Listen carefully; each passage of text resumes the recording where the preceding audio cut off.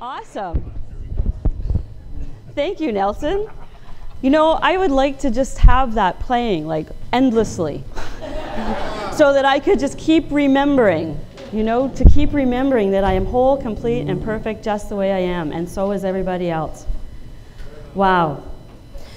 When I looked ahead, right, to see what the topic was going to be for the talk today, and I saw that it was the fifth promise about no matter how far down the scale we've gone, that we can see our past will benefit others, I thought, hey, this should be pretty easy.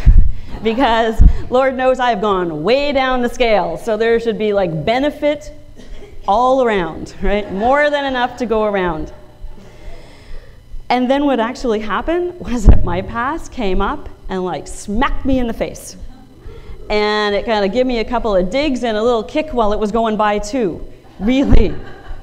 Because in the course of preparing for the talk and going through the process, I have really been confronted by my history of letting fear stop me.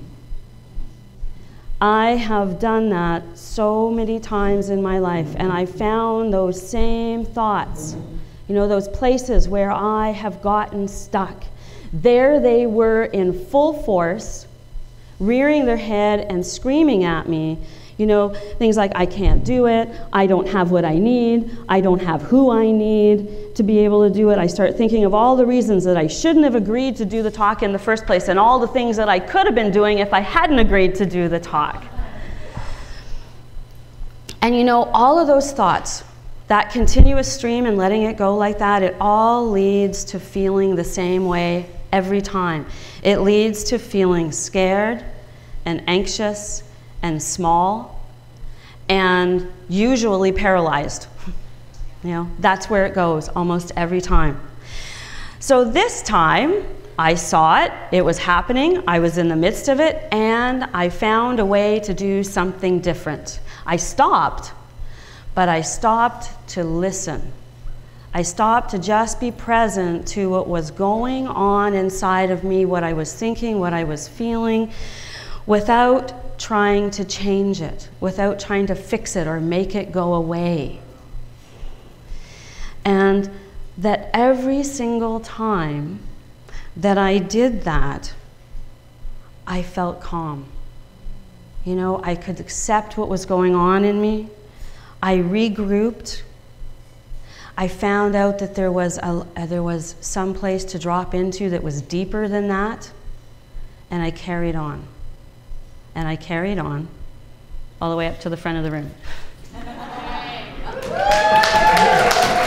Yay, as it was no easy task. And, you know, and a few weeks ago, I was teetering on the edge of old habits too, the old habit of sabotaging myself when I start to come into the realm of being successful. So many people know and some don't, but I'm coming to the end of my first year at ministerial school, and I have a lot of work to do. You know, I had a lot of assignments to finish and complete and get handed in before I headed out for our year-end retreat. And I've gotten close to having what I want before, and then I've done something, and usually many things, to sabotage it. You know, I've come up and I have found lots of ways that I can take myself out of the game. And I was afraid. I was scared that I might do the same thing again. You know, that was my past. I looked and go, well, it's certainly in me to do it because I've seen myself do it. And then I'd be thinking, but this is really important to me. Like, this is really important to me.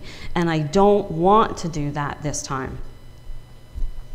But again, looking in my past, I know that, well, something's been important to me, but I've still fallen apart.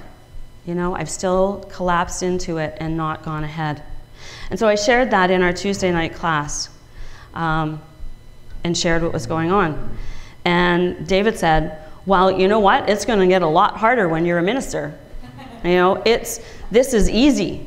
This is nothing compared to what you're going to face as you go down the road. You know, this is where you get to see. You get to dig down deep and find out what you're made of. because you're not that person anymore. And this is one of those places where I'm really glad for the emotional work that I've been doing over the past few years. Because when he first was saying those things to me, I had an emotional reaction. And I had lots of things that were going on in my head that I wanted to say, that I wanted to get caught up in. But because I've been able to clear away some of that clutter, I could hear what he was saying, I could feel the emotional reaction in myself, and I could still listen for the truth of what it was in the words that he was saying. And, you know, I have had the belief, I have lived with the belief that I'm not good enough. You know, I've carried that with me throughout my whole life. And so if I'm listening to him, if I was listening to him through that filter of I'm not good enough, then what I would have heard and would have come up in me is, you know what, he doesn't even care about me, right? He's just like my stepdad. Nothing's good enough for him. He's not very supportive for a minister, you know?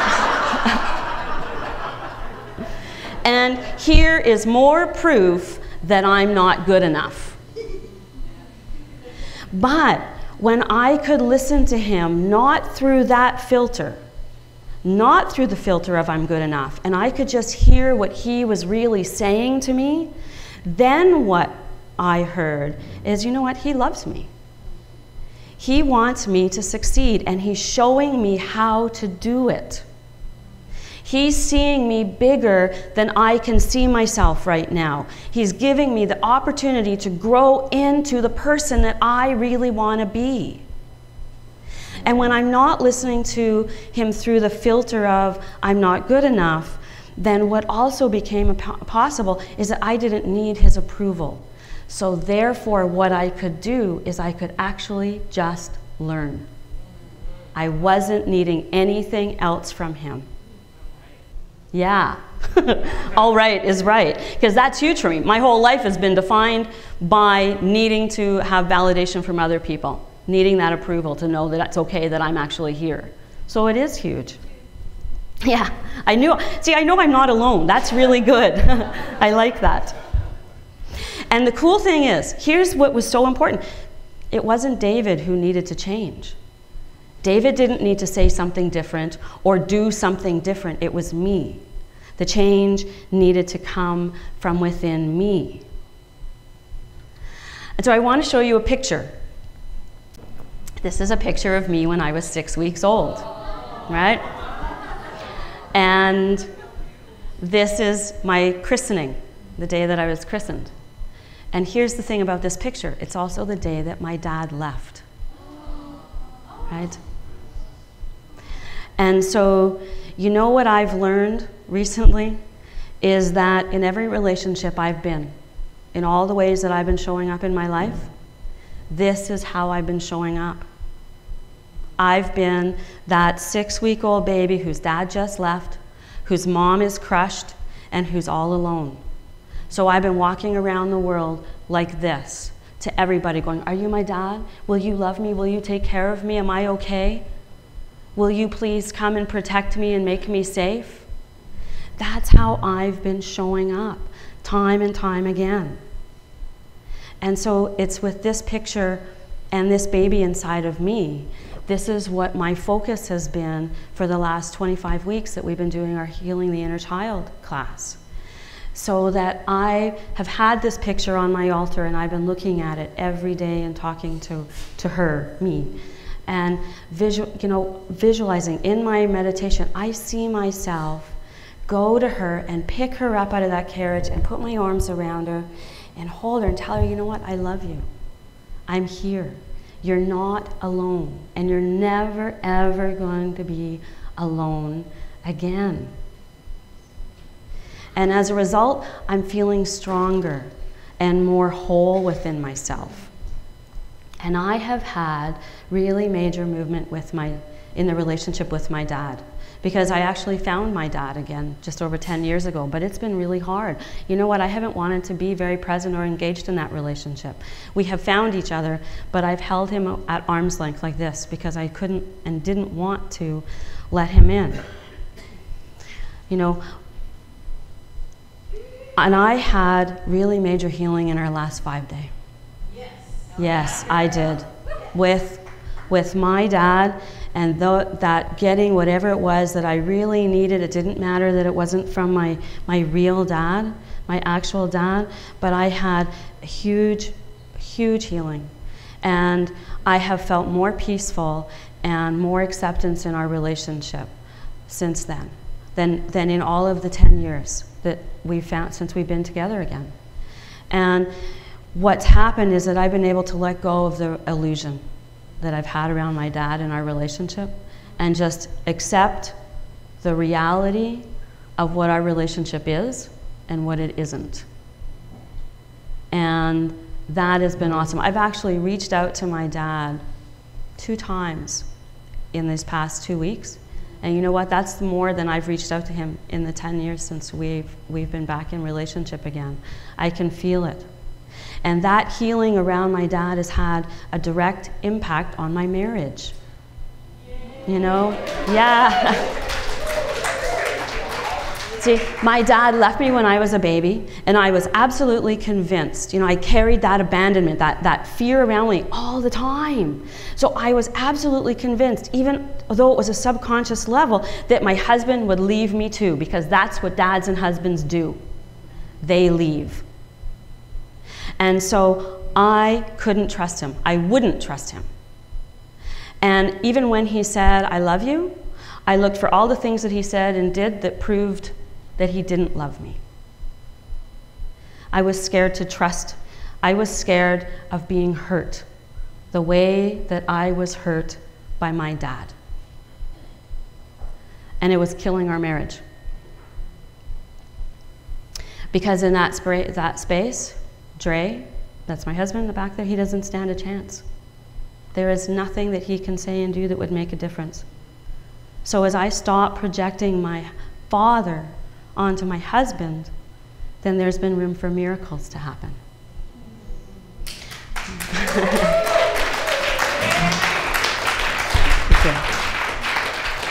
And as I continue to stop thinking that he's the cause of my pain and my upset, then I'm free and have been free to focus on the real hurt that began the day that picture was taken.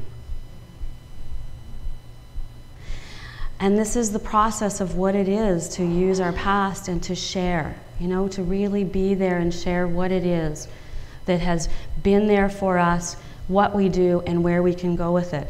And it could be really possible, easy, to sit and listen to what I'm saying and think, hey, you know, way to go. You know, good job, that's awesome. You know, Annie's in a really good place. That's good for her. And it's true, you know, I am in a good place. This is the best place that I've ever been in my life, really. And so then the question is, well, why?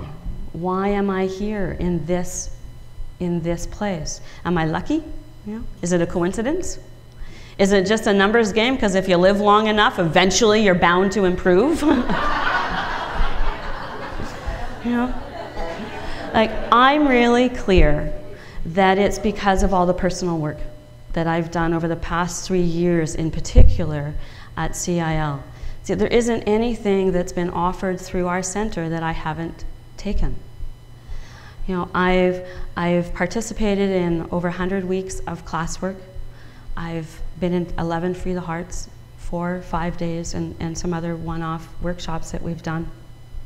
If it's been offered, I've done it. And I know that without a shadow of a doubt, that one of the biggest reasons that I'm standing here, literally standing up here, and standing in the life that I'm living right now, is because of what I've been given here, because of the opportunity of what has been available to me through everything that we have.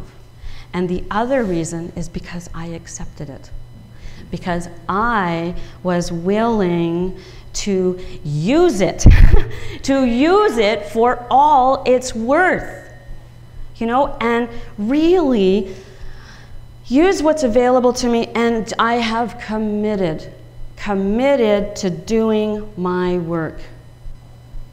And so I can really speak to the incredible education and the healing that's available in our community.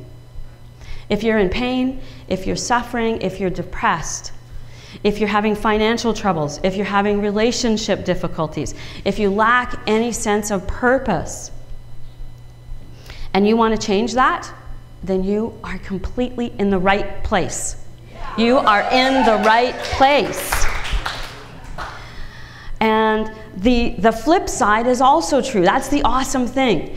If you're doing well, if you're doing well financially, if you're having fulfilling, happy relationships, if you're happy most of the time, you know why you're here on this planet, you've healed some of your past issues, and you feel that freedom, and you want that for other people, then you're also in the right place. And that is awesome. That is awesome. And you know how you can tell that you're healing? Because you want to help create a space where others could heal. That's what just starts to come naturally, because as we heal, we want that for others. And it becomes a deeper way for our past to be a benefit. I want to tell you about a conversation that I had with a grandmother who called in to work this week. And at first she called and she was just saying, you know, really I just need some legal advice. Just point me in that direction. And I talked with her, and she said a couple of things, and I really heard what she was saying. And I started to hear underneath what she was saying. And then she started to share more, and I listened. And she shared more, and I listened. And she started to share about the fact that her 2 young granddaughters, who are 3 and 4, are being abused at home. And I heard her, and I just listened to her and shared. I really reflected back to her how hard that is to know that's happening. And then she just kept going deeper and deeper and shared more and more of the story. And it's heartbreaking. And if it was heartbreaking for me, who was just on the other end, how must that have been for her? It's her granddaughters. And so I just kept listening, and I just kept telling her how painful that would be. And that that's the stuff that fractures families right at their very core. And she kept talking and talking and talking until she couldn't talk anymore, and what she did is she just cried. She just sat on the other end of the line, and she cried, and she cried, and she cried. And she told about all the doors that have been slammed in her face. She's trying to help them the legal way, and it's not working. And the social workers make fun of her, and the police aren't there, and it just kept coming out of her, and she just kept crying. And then after she was crying, we started to talk some more, and she's trying to be a light for her family. This woman has taken on the place of, I am going to keep hope alive for my family. And she said sometimes she even lies to them a little bit because she doesn't want them to lose hope. And for 2 years she's been carrying this, because you know what, every time she goes to talk to her friends or her family, they shut her down. They can't hear her. They can't listen. It's too painful. They don't want to know what's going on. And she has to keep holding it back. So she's trying to be a light for her family. And who's a light for her? Who's that hope for her? Because there's nowhere that she can share. And when she got off, just before she got off the phone, she said, I know it sounds strange, but I feel so much better. And I could hear it in her. I could feel it, you know, through the phone. I could feel it in her. And when I hung up, out loud, I thank God. I thank God for my past. I thank God for the work that I've done, because what I really know is that I sat and made a difference with her. My past and my experience was of benefit to her, even though she didn't even know what my past was. That's a neat thing. She didn't know what had happened in my life or where I was, but just because I was who I was, because of where I came from and what I've done, I could sit with her. Because you know what? I wasn't afraid of the darkness. I wasn't afraid of the pain that she was talking about. I wasn't afraid of that deep hole that she was afraid had no ending. I could be a safe container for her, and that made a difference. And it was one of the most profound moments of my week, and probably for a really long time. I felt so clear and sure of being in the right place at the right time. And you know, the thing is that, like I said, you know, she didn't know my history. but I was of benefit to her. My history, my past, who I become was beneficial. The thing is that all of us have a history. You know, each one of you has a history. You all have a past that when shared can benefit other people. Challenges that you've overcome, maybe things that you're still dealing with. And the truth is that when you share, your experience becomes a bridge. It becomes a bridge for someone else. You are who you are because of your past, because of those past experiences. And there's power. So there's power in your past. And the path to owning the power is to go back and heal it and make friends with it, so that then you can bring it along with you and you can use it to help other people. And we have an amazing opportunity in our center next weekend to do that. We have Free the Heart next weekend. Because, and you know what, this is a place where you can come and do your work. And it's not because there's something wrong with us that we come and do it. In fact, what I've come to learn is it's actually the opposite. There's something awesome about us. So we want to do the work so we can clear all the stuff away that says anything different, and we can really show up as who we are. You know, that's the point. Yeah. Because as we do our own work, then we, as a community, we benefit. And then as our community benefits, we benefit again, individually. You know, it's exponential. It's exponential. And sometimes it's, you know, if I'm thinking, well, I've healed, you know, hey, I've come to this great place. I've reached a plateau. I've healed some stuff around my dad. I've healed this, or I've healed that. That's really good. But that's not where the journey ends. See, my journey doesn't end because I get up and I heal, and then I turn around and then I go live my life and let everybody else flail around and try and figure out what they're doing, you know? It's not. Shocking, but true. You know? What then is there is that if I've reached that place, when I've reached that place, when as all of us reach that place, we move into the circle and we reach out and give a hand and create a space for other people who still need to do that, who still have those things that are holding them back. You know, I'm standing up here and I'm talking about my experience because I really like this metaphor of the bridge. It's really true. And that's my intention, is to share, here's my past, and it's a bridge. I don't, you know, it can lead over to wherever it is that you want to go, but it's a bridge to somewhere else. And we're all building bridges all the time, every time that we share. You know, one of the places that I'm still really struggling is with food. You know, my relationship with food. I have really battled an addiction with food, and that I turn to it when I'm upset, when I'm happy, when I'm scared, when I'm, like, you name it, it's there, and that's what I do. And I've really come to realize that, you know, that's the way that I recalibrate inside. You know, I get my internal balance that I'm not able to do on my own. I go and take that thing outside of myself, and that's what helps me rebalance. And I really am focusing and moving out. And so as we've been working through the 12 steps, you know, that's what I've been working with, is my relationship with food. And I share a house, well, we all share a house with Kate and Ramona are also in our place right now. And I look at them and I think, wow, it's so nice to live with people who don't have, you know, big food issues. Like, you know, it's not their thing. And I think, oh my God, thank goodness what that's like. And I've had the mistaken belief that because they don't have my issue or my struggle, that they don't have any struggle at all. You know? And we've just been talking about, because we've been having dinner together on Sundays, coming together, and continuing to do that, and supporting each other in our wellness, telling each other, this is what I need, this is where I need help, this is how you can support me, and staying on a path of being healthy. And so as they share, you know, it's twofold, really, because as they share, hey, actually, I am struggling. You know, it's true, it doesn't look like yours, but I actually am struggling. Then they're freed up. You know, they're freed up to actually say, okay, I need the help I need. You know, whatever that looks like. And I'm freed up because, you know, my eyes are opened up, and I go, oh. Because, you know, sometimes I have to say, I thought, God, I feel like such a loser sometimes because it looks so easy when I look at them, and it's so hard for me.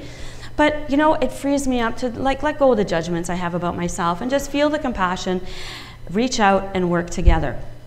You know, work together in the good of our wholeness. And, you know, the other reason that I'm able to stand up here is because of all of you. Because of your love, because of your support. You know, we did a fundraiser. I'm going off to New York in a week, and we did a fundraiser. And it was really hard for me to just accept that. And I really noticed the discomfort and the challenge. And I had this moment in my bathroom on the day of the party, the fundraising party. And I had been really aware of all of the discomfort. And I was washing my face, and I had the towel, and I had this crystal clear thought that said, you know what, I'm loved. There are a lot of people who love me. I love you, Annie. Thank you. And really fast, like, boom. The next thought was, and I can't figure out why.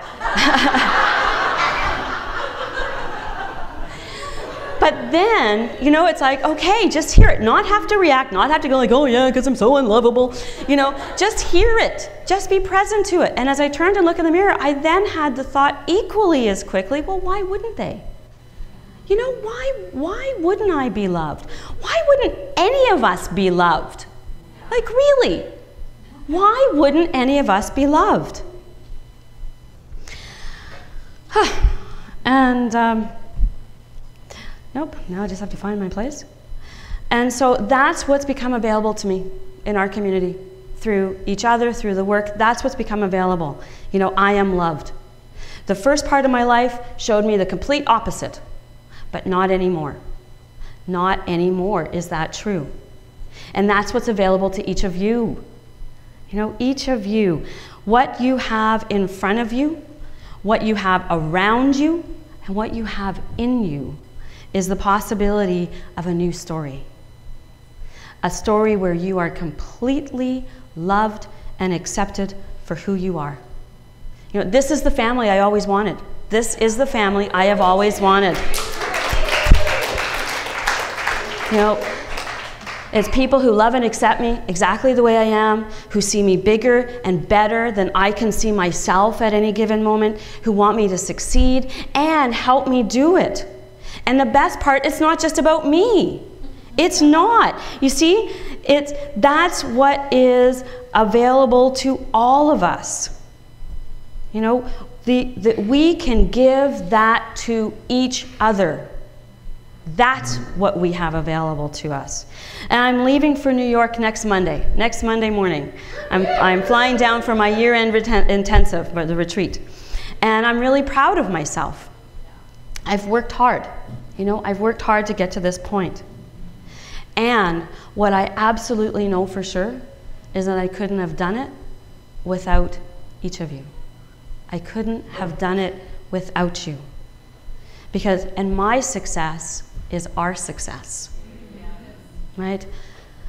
And that's true for each of us too, because the more successful that we are individually, the more successful we are collectively. So I am building a bridge, and I am inviting you, and I really want you to come and join me. Thank you.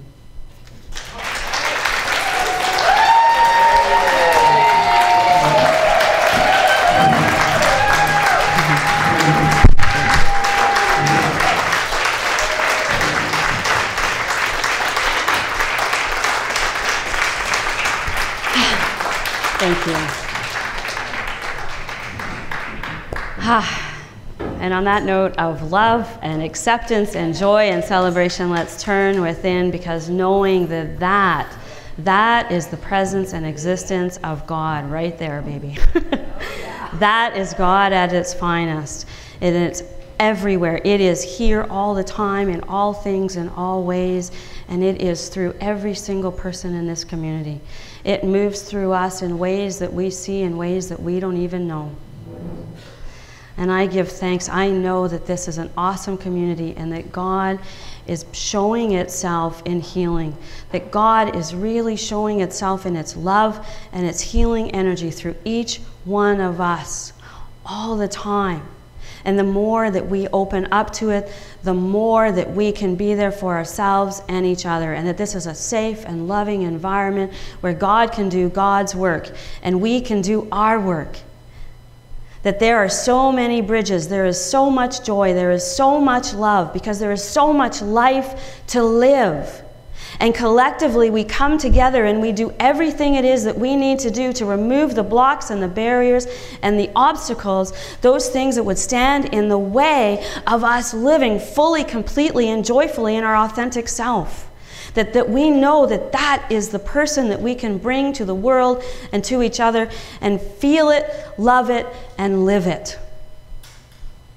I give thanks for this time, for our time together, that we strengthen and that we grow and that we deepen in our love and our acceptance and our full expression of our truth. Thank you, God. Thank you. Thank you, thank you. We are so deeply, eternally blessed. And so it is. Amen.